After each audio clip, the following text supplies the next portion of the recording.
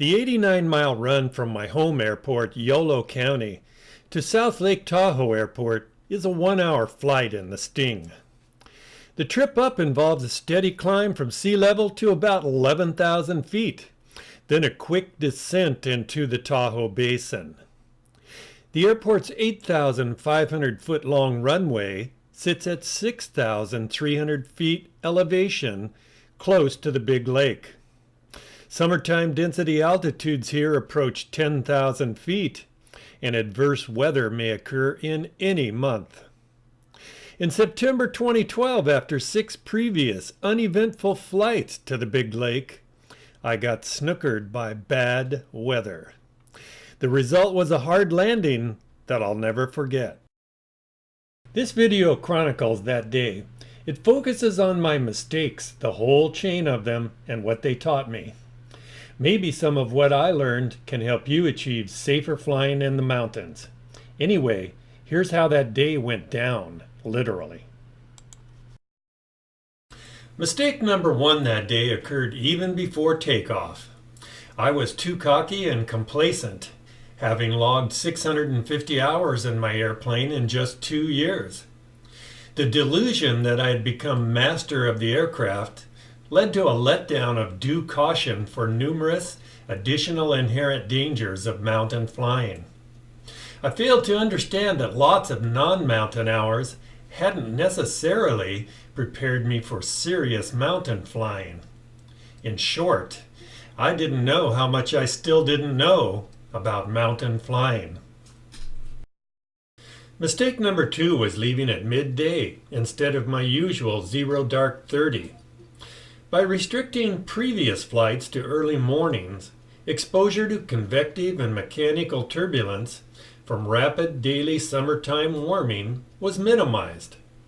But for this trip, I wrongly assumed that the shorter days and lower sun angles of late September would equate with much less turbulence, just as in midwinter. But late September is not winter, and there was actually still high probability of serious midday turbulence. At 7,500 feet in the climb towards the summit, something was very different from previous morning runs. I was bucking a nasty downslope wind and struggling to maintain a 65-knot ground speed. This should have been my signal to turn around, but I chugged blissfully ahead, and this was mistake number 3. With the headwind, I ended up being between 7,500 and 11,000 feet for about an hour. And because of task saturation, including dealing with that wind, I had forgotten regular hits from the Boost O2 canister.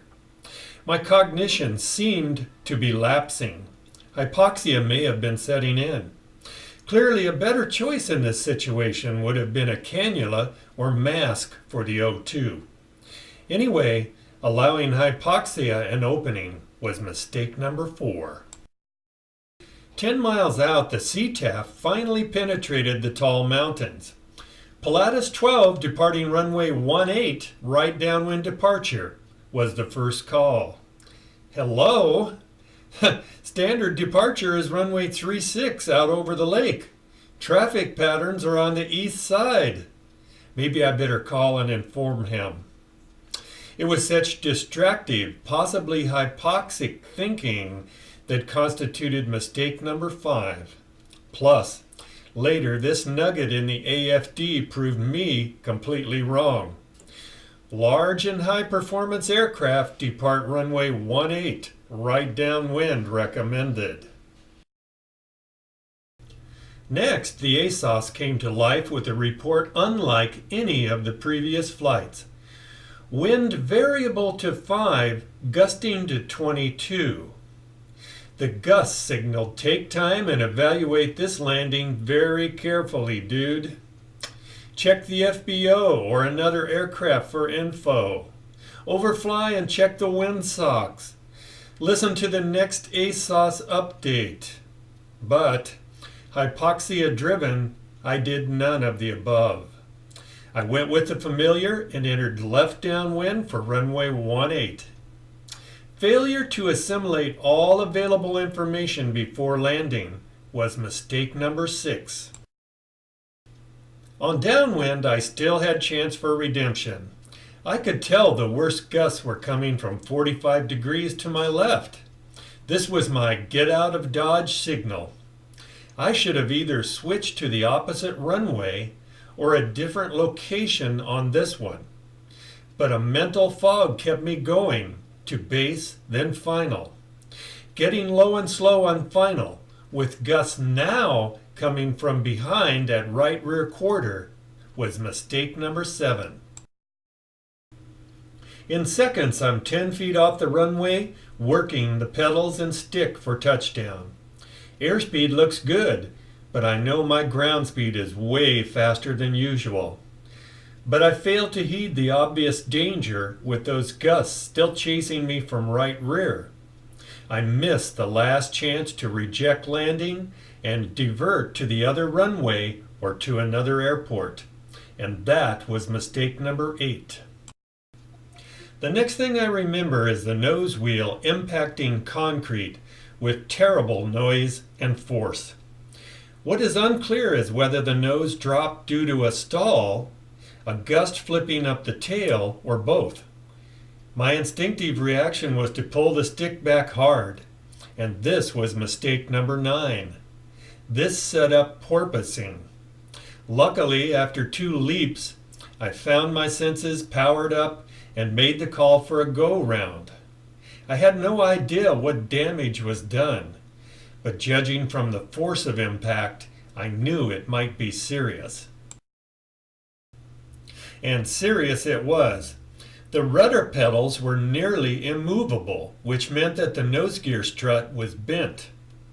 I was able to make 2 ugly turns, first crosswind, then downwind, but with marginal rudder control, I decided to aim the airplane for home and not attempt another landing in a cement mixer. Diverting home almost became big mistake number 10 with what occurred next. As I crested the summit and picked up speed, the airplane began vibrating from a fluttering horizontal stabilizer. An instant drop in throttle and speed returned smoothness. But now it was clear there was more than just nose gear damage. So I phoned ahead to the airport and got observers ready to assess damage underneath as I flew a low pass. They reported nothing unusual, so I put her down in calm wind and finally exhaled in relief. As the nose gear repairs began, the source of the fluttering was also discovered. During porpoising, the tail cone had hit the runway, bending an elevator control rod and causing the trim cable to slip an inch. This put elevator and trim out of coordination, causing the flutter at high speed. Well, in just days, I was back in the air. And before long, I was back at the big lake, but not before some serious additional training. Thanks for watching. Browse my other videos at Sting Flight and subscribe. It's free.